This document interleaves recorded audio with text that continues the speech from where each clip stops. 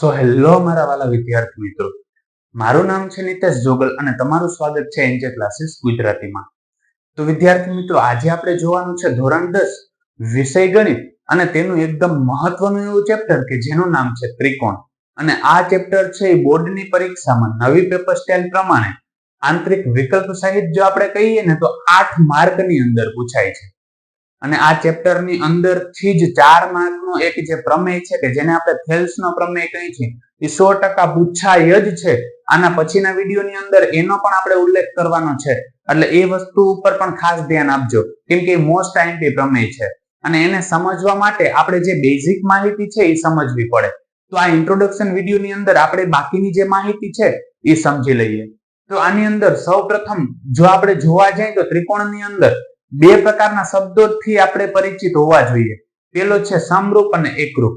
તો પેલા તો સમરૂપ આકૃતિ કહેવાય કેને? સમરૂપ આકૃતિ કેને કહેવાય? તો કે જેનું જો આમાં શું કીધું, જે બે આકૃતિના આકાર સમાન હોય, બરોબર, આકાર જ સમાન કીધા, કદ સમાન હોય એવું જરૂરી નથી, તેમને સમરૂપ આકૃતિઓ કહેવાય. આકાર સમાન હોય એટલે જો આ ત્રિકોણ જેવું જ લાગે છે, અહીંયા એવો જ ત્રિકોણ છે, બરાબર, બેયનો આકાર કેવો છે? સમાન છે, પરંતુ કદ તમે જોવા જાવ તો સમાન નથી. જો આ નાનું છે ને આ મોટો છે, એ જ પ્રકારે આમાં પણ એમ જ છે. આકાર આનો જેવો ચોરસ છે, આનો ચોરસ જ છે, પણ બેયના કદ સમાન નથી. આનો આકાર ચોરસ છે, આનો પણ ગોળ છે, આનો પણ ગોળ છે, એટલે કે એનો આકાર કેવો છે? સરખો છે, પરંતુ કદ સરખું નથી. તો આ પ્રકારના ફક્ત આકાર જ સરખો હોય આને આપણે કેવા કઈ? તો કે એને આપણે કહીએ છીએ સમરૂપ આકૃતિ. ધારો કે એક હજી હું તમને ઉદાહરણ આપું તો અહીં એક ચોથું ઉદાહરણ આપણે આમ લખી શકીએ. જો આ પ્રકારનો ધારો કોઈ ત્રિકોણ હોય, એક ચતુષ્કોણ ધારો કે આ પ્રકારનો છે, અને બીજો એક ચતુષ્કોણ નાનો એવો એના પ્રકારનો બનાવી દો ને આવો, તો આ પણ એકબીજાના કેવા થશે? સમરૂપ આકૃતિઓ થશે. કેવી આકૃતિ થશે? સમરૂપ આકૃતિઓ થશે, બરોબર. અને આવી કોઈ આકૃતિ દોરી નાખું, ધારો કે અહીંયા આમ દોરું છું ચોરસ અને આના જેવડું જ પાછું ચોરસ દોરું છું, તો આને સમરૂપ તો કહી જ શકાય, બરોબર. સમરૂપ આકૃતિઓ તો કહી જ શકાય છે, એટલે એની અંદર ખાસ ધ્યાન આપજો. તો પેલા સમરૂપ શબ્દ તમને સમજાઈ ગયો હશે. હવે આપણે જોઈએ એકરૂપ. એકરૂપનો મતલબ શું થાય? તો કે જે બે આકૃતિના આકાર અને કદ બંને સમાન હોય, આકારે સરખો હોવો જોઈએ ને કદ પણ સરખું હોવું જોઈએ, તો એને એકબીજાની કેવી આકૃતિઓ કહેવાય? સમરૂપ આકૃતિઓ કહેવાય છે. અને આની અંદર જો ઉદાહરણ તમને આપું તો જો આ જેવડો ત્રિકોણ છે એના જેવો જ ત્રિકોણ છે, આકાર અને કદ સરખું છે, આમાં બંનેમાં આકાર અને કદ સરખું છે, આ પ્રકારના આપણે કહીએ, બરોબર. હવે જો આની અંદર જે મેં તમને ઉપર ઉદાહરણ આપ્યું હતું ને, આને આપણે જો એકરૂપ કેવું હોય ને તો કહી શકીએ છીએ, બરોબર. આને પણ એકરૂપ કેવું હોય તો કહી શકીએ છીએ, કેમ કે એનો આકાર અને કદ બંને સરખું છે. જેના આકાર અને કદ બંને વસ્તુ સરખી હોય ને એને એકરૂપ ત્રિકોણો કહેવાય, એટલું યાદ રાખજો. અથવા તો આકૃતિઓ કીધી હોય તો આકૃતિઓ કહેવાય છે. હવે એની નીચે એક નોંધ આપી છે. જો નોંધની અંદર શું મને આપેલું છે, એમાં એમ કીધું બધી એકરૂપ આકૃતિઓ સમરૂપ આકૃતિઓ છે. એકરૂપ આકૃતિ હોય કે જેનો આકાર ને કદ સરખો હોય એ સમાન તો દેખાય છે, આ ત્રિકોણ જેવું દેખાય ને આ ત્રિકોણ જેવું દેખાય છે. સમરૂપનો મતલબ શું થાય? સમરૂપનો મતલબ થાય એક જ જેવો આકાર હોવો જોઈએ, બરોબર. એક જ જેવો આકાર હોવો જોઈએ, તેવડું હોય એવું જરૂરી નથી, બરોબર. તો એને આપણે સમરૂપ કહીએ. તો જો એકરૂપ છે એ સમરૂપ તો છે જ ને, આનો જેવો ત્રિકોણ જેવો જ આકાર છે, આ ત્રિકોણ જેવો જ છે, આનો કેવો છે? ચોરસ જેવો છે, આનો ચોરસ જેવો જ છે. એટલે એનો મતલબ એમ કે જેટલા સમરૂપ આકૃતિઓ છે ને બધાને આપણે એકરૂપ કહી શકીએ, બરોબર. પણ એકરૂપ આકૃતિઓ સમરૂપ છે એવું જરૂરી નથી. ધારો કે આ એકરૂપ આકૃતિ છે તો જો એની અંદર કદ પણ સમાન કહેવાનું આપણે કીધું છે, તો આની અંદર કદ નાનું છે, નાનું કેવું છે? મોટું છે, તો એને એકરૂપ કહેવાય નહીં. એટલે આ વસ્તુ યાદ રાખવાની છે કે બધી એકરૂપ આકૃતિઓ સમરૂપ છે, પરંતુ બધી સમરૂપ આકૃતિઓ એકરૂપ હોય તેવું જરૂરી નથી. આમાંથી એક માર્કના પ્રશ્ન પૂછાઈ શકે છે. ત્યારબાદ નોંધ નંબર 3 ની અંદર જોઈએ તો એમાં શું કીધું? જો બે સમાન બાજુઓ વાળા બહુકોણના અનુરૂપ ખૂણાઓ સમાન હોય. શું કીધું? સમાન બાજુઓ વાળા, બરોબર. કોકને ધારો કે 4 બાજુ હોય, આવો કોઈ ત્રિકોણ છે, એક આવો કોઈ ચતુષ્કોણ છે, 1 2 3 ને 4 બાજુઓ છે, તો બીજા ચતુષ્કોણે 4 બાજુ વાળો જ જોવાનો છે, એવું નથી જોવાનું એક ચતુષ્કોણ હતો ને ત્રિકોણ જોયો, આ પ્રકારનું નથી કરવાનું. આમાં શું કીધું? જો સમાન બાજુ વાળા બહુકોણના અનુરૂપ ખૂણાઓ સમાન હોય. ઘણા વિદ્યાર્થીઓના પ્રશ્ન આવતા હશે, બહુકોણનો મતલબ શું થાય? તો કે બહુકોણ એને કહેવાય કે જેના વિકર્ણ તેની અંદરથી દોરી શકાતા હોય. ધારો કે આ પ્રકારનું કોઈ એક હું દોરું છું ચતુષ્કોણ, અને આ ચતુષ્કોણનું વિકર્ણ દોરું તો વિકર્ણ કઈ બાજુ આવે? અંદરની તરફ આવે, અથવા તો વિકર્ણ પરસ્પર એકબીજાને છેદતા હોય. જેના વિકર્ણ પરસ્પર એકબીજાને છેદતા હોય અથવા તો તેની અંદરની તરફ આવતા હોય તો આને આપણે શું કહીએ? તેના બહુકોણ કહીએ. ધારો કે કંઈક આ પ્રકારનું હું એક દોરું, આ પ્રકારનો ધારો કે ચતુષ્કોણ દોર્યો તો આના શું વિકર્ણ એકબીજાને છેદે છે? સામસામેની બાજુઓને જોડીએ તેને વિકર્ણ કહેવાય. તો જો આમાં વિકર્ણ એકબીજાને છેદતા નથી, જેના વિકર્ણ પરસ્પર એકબીજાને છેદતા હોય એને બહુકોણ કહેવાય. એટલું ખાસ યાદ રાખવાનું છે. તો આની અંદર શું કીધું? સમાન બાજુવાળા બહુકોણના અનુરૂપ ખૂણાઓ સમાન હોય. અનુરૂપ ખૂણાનો મતલબ એમ થાય, ધારો કે આનો આ ખૂણો જો આપણે સમજી લઈએ કે એ ખૂણો 90 નો હોય તો આ બાજુનો પણ આનો પણ ખૂણો એ 90 નો જ હોવો જોઈએ. ધારો કે અહીંયા કોઈ એક બીજો ખૂણો તમે સમજી લ્યો કે આ ખૂણો 91 નો હોય તો આનો આ ખૂણો 91 નો જ હોવો જોઈએ. આ વસ્તુ આપણે ખાસ યાદ રાખવાની થાય. અનુરૂપ ખૂણાઓ એટલે કે તેને લગતો જે ખૂણો છે ને એ સમાન હોવો જોઈએ. બરાબર, સમાન હોય અને તેમની અનુરૂપ બાજુઓના ગુણોત્તર સમાન હોય. બાજુઓના ગુણોત્તર અનુરૂપ બાજુ, ધારો કે આની ઉપરની બાજુ છે એના છેદમાં આ બાજુ રાખો, આ બાજુના છેદમાં આ બાજુ, અને આ બાજુના છેદમાં આ, ને આ બાજુના છેદમાં આ બાજુ રાખો.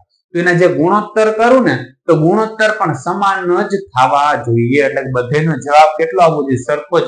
બધેમાં જે ડિફરન્સ જોવા મળે ને ડિફરન્સ સરખો જ જોવા મળતો હોય ને, જો ગુણોત્તર સમાન જોવા મળતો હોય, આવો જે કોઈ બહુકોણ હોય તે બહુકોણને સમરૂપ બહુકોણ કહેવાય. સમરૂપ એટલે કે એક જ પ્રકારનો આકાર ધરાવતો હોય. શું યાદ રાખવાનું છે? કાં તો બે ખૂણાઓ અનુરૂપ ખૂણાઓ સમાન હોવા જોઈએ અને કાં અનુરૂપ બાજુઓનો ગુણોત્તર સમાન હોવો જોઈએ. તો આપણે આવું કહી શકીએ છીએ. તો ત્યારબાદ હવે આપણે જોવાની છે ત્રિકોણની સમરૂપતા માટેની શરતો, કે ત્રિકોણ છે એ સમરૂપ થાય એના માટેની અમુક શરતો આપી છે. ટોટલ અહીંયા મને 4 શરતો આપી છે. એ 4 શરતો આપણે જોવાની છે, કે જેની અંદર સૌથી પહેલા મને શરત આપી છે ખૂ ખૂ ખૂ, એટલે એનો મતલબ શું થાય? ખૂણો ખૂણો અને ખૂણો. હવે જો શરતની અંદર મને શું કીધું છે? એમ કીધું કે જો બે ત્રિકોણોના અનુરૂપ ખૂણાઓ સમાન હોય તો તેમની અનુરૂપ બાજુઓની જોડના ગુણોત્તર સમાન હોય અથવા તો બાજુઓ સમપ્રમાણમાં હોય અને તેથી તે બે ત્રિકોણો કેવા છે? સમરૂપ છે. હવે ટૂંકમાં કહેવાય એવું માંગે છે ખૂ ખૂ ખૂ શરત, કે ધારો કે આ પ્રકારનો એક મેં ત્રિકોણ દોર્યો છે અને બીજો ત્રિકોણ કંઈક આ પ્રકારનો મેં દોરેલો છે. આ પ્રકારના બે ત્રિકોણો દોર્યા છે. હવે ત્રિકોણની અંદર ખાલી આને ખૂણો છે એને અનુરૂપ આ ખૂણો, આ ખૂણાને અનુરૂપ આ ખૂણો અને આ ખૂણાને અનુરૂપ આ ખૂણો. એટલે એનો મતલબ એમ થયો કે તેના 3 ખૂણાઓ જો સરખા હોય તો તેને અનુરૂપ જે બાજુઓ છે ને એ બાજુઓના ગુણોત્તર પણ સરખા થાય. એટલે આ એક બાજુ છે તો આની બાજુ, આ બીજી બાજુ, આ ત્રીજી બાજુ, આ જો બાજુઓના ગુણોત્તર કહીએ તો બાજુઓના ગુણોત્તર એ સરખા જ થાય, અથવા તો બાજુઓ સમાન પણ હોઈ શકે અથવા તો સરખા થાય. તો ત્યારબાદ આવે છે ખૂ ખૂ શરત, એટલે એનો મતલબ એમ થયો કે ખૂણો અને ખૂણો. હવે આનો મતલબ શું થાય? કે ધારો કે આ પ્રકારની કોઈ પણ આપણે એક ત્રિકોણ લઈ લઈએ છીએ. આ એક ત્રિકોણ છે અને આ છે બીજો ત્રિકોણ. હવે ત્રિકોણની અંદર બે અનુરૂપ ખૂણાઓ સરખા હોય. ધારો કે આનો આ ખૂણો કીધો તો આ ખૂણો અને આ ખૂણો. ત્રિકોણની અંદરની શરત છે, જો ચતુષ્કોણ માટેની શરત નથી. આ ફક્ત જેટલી શરતો છે એ ત્રિકોણની સમરૂપતા માટેની શરતો છે, એના માટેના સિદ્ધાંતો છે. એટલે એ તમારે ધ્યાન રાખવાનું છે. આ કોઈ પણ સિદ્ધાંત ચતુષ્કોણ માટેના નથી, ફક્ત ત્રિકોણ માટેના જ છે. એટલે ત્રિકોણ માટે જ તમારે આને યાદ રાખવાના થાય છે. હવે જો બીજું શું કીધું? કે ત્રિકોણની અંદર અનુરૂપ બે ખૂણાઓ સમાન હોય તો પણ તે ત્રિકોણને સમરૂપ ત્રિકોણો કહેવાય. કેમ કે જો કે આપણે જોવા જઈએ એટલે તમને ખબર પડી જાય કે આ ખૂણો આ ખૂણો, આ ખૂણો આ ખૂણો, બે ખૂણા સરખા થઈ ગયા તો હંમેશા 180 માંથી બાદ કરીને એટલો જ ત્રીજો ખૂણો હોય. એટલે એ વસ્તુ ફિક્સ જ છે. એટલે આ જે શરત છે, બીજી શરત અથવા તો બીજો સિદ્ધાંત, એનું નામ શું છે? ખૂ ખૂ. ત્યારબાદ આવે છે બા બા બા શરત અથવા તો બા બા બા નો સિદ્ધાંત, એટલે કે બાજુ બાજુ અને બાજુનો સિદ્ધાંત. તો બા બા બા શરત માટે હું અહીંયા એક ત્રિકોણ દોરું છું. ધારો કે આ પ્રકારનો એક ત્રિકોણ દોર્યો છે અને બીજો મેં ત્રિકોણ કંઈક આ પ્રકારનો દોર્યો છે. આ જેટલી શરતો છે એની જે વ્યાખ્યાઓ છે ઓલરેડી તમને અહીંયા દેખાતી જશે, તો વ્યાખ્યાઓ પણ એ પ્રકારે તમે નોટ કરી જ લેજો. હવે જો બા બા બા શરતનો મતલબ શું થાય? કે જે કોઈ પણ ત્રિકોણ હોય તેની અનુરૂપ બાજુઓના ગુણોત્તર સમાન હોય. એટલે ધારો કે આ પહેલી બાજુ, આની આ પહેલી બાજુ, આ બીજી, આ ત્રીજી બાજુ અને આ ત્રીજી બાજુ, આ 3 બાજુઓ છે, અનુરૂપ બાજુઓના ગુણોત્તર સમાન હોય અથવા તો બાજુઓ સમાન હોય તો આ જે ત્રિકોણ છે એ ત્રિકોણને કેવો ત્રિકોણ કહેવાય? સમરૂપ ત્રિકોણ કહેવાય. બરોબર, એ જ શરત છે, એમાં કોઈ વધારે છે નહીં. ત્યારબાદ આવે છે બાખુબા શરત, એટલે કે બાજુ ખૂણો બાજુ. હવે બાખુબા શરત શું કહેવા માંગે છે? ધારો કે આ પ્રકારનું કોઈ પણ એક ત્રિકોણ બનાવતો હોઉં, બરોબર, આ ધારો કે આવો એક કોઈ ત્રિકોણ છે ને આમાં એક આ પ્રકારનો કોઈ એક ત્રિકોણ દોરેલો છે. હવે ત્રિકોણની અંદર અનુરૂપ બે બાજુઓ અને બે બાજુઓ વચ્ચેનો ખૂણો, બરોબર, બે બાજુઓ વચ્ચેથી બનતો ખૂણો, ધારો કે આ પહેલી બાજુ છે અને આ બીજી બાજુ છે, આની આ પહેલી બાજુ છે અને આ બીજી બાજુ છે. આ બે બાજુઓ વચ્ચે જે ખૂણો બનતો હોય એ ખૂણો સરખો હોવો જોઈએ. બંનેની અનુરૂપ બાજુઓ અને બાજુઓ વચ્ચે જે ખૂણો બનતો હોય ને એ ખૂણો સરખો હોય તો આ બે ત્રિકોણો છે એ સમરૂપ ત્રિકોણો છે એવું કહેવાય. જો આની અંદર આવું ના શક્ય થઈ શકે કે આ બાજુ અને આ બાજુ સરખી હતી, બરોબર, અને આ ખૂણો અને આ ખૂણો સરખો હોય તો ના થાય. જે બાજુઓ છે એની વચ્ચે જ બે બાજુઓ વચ્ચે જ જે ખૂણો આવે છે ને એ જ ખૂણો સરખો હોવો જોઈએ. એ ખૂણાનું ધ્યાનમાં દેવાનું છે. ધારો કે આની અંદર કંઈક મને આવું આપ્યું હોય, આ ત્રિકોણની અંદર પેલી બાજુ આપી હોય ને બીજી બાજુ આમાં બીજા ત્રિકોણમાં આ આપી હોય અને ખૂણો આ સરખો હોય, બરાબર, આ બાજુઓ સરખી હોય અને આ ખૂણો સરખો હોય તો પણ આ ત્રિકોણ સરખા કહેવાય. એટલે એટલું યાદ રાખવાનું છે કે બે બાજુઓ વચ્ચેનો ખૂણો યાદ રાખવાનો છે. બાખુબામાં શું થાય કે બે બાજુઓ અને તેની વચ્ચે ઘેરાતો ખૂણો, બરાબર, બંને ત્રિકોણમાં જો સરખો જોવા મળતો હોય તો આ શરતને આપણે બાખુબા શરત કહીએ છીએ. એટલે કે બાજુ ખૂણો બાજુ. અને આમાં પણ આપણે ત્રિકોણો કેવા જોવા મળે છે? સરખા જોવા મળે છે. તો વિદ્યાર્થી મિત્રો, આજ માટે બસ એટલું જ. જો તમને અમારો આ વિડીયો પસંદ આવ્યો હોય તો વિડીયોને લાઈક કરીને ચેનલને સબસ્ક્રાઇબ કરવાનું ના ભૂલતા. કારણ કે જ્યારે તમે વિડીયોને લાઈક અને ચેનલને સબસ્ક્રાઇબ કરો છો ત્યારે અમને મોટિવેશન મળે છે અને આ જ પ્રકારના વિડીયો અમે તમારા માટે લાવી શકીએ છીએ. ધન્યવાદ.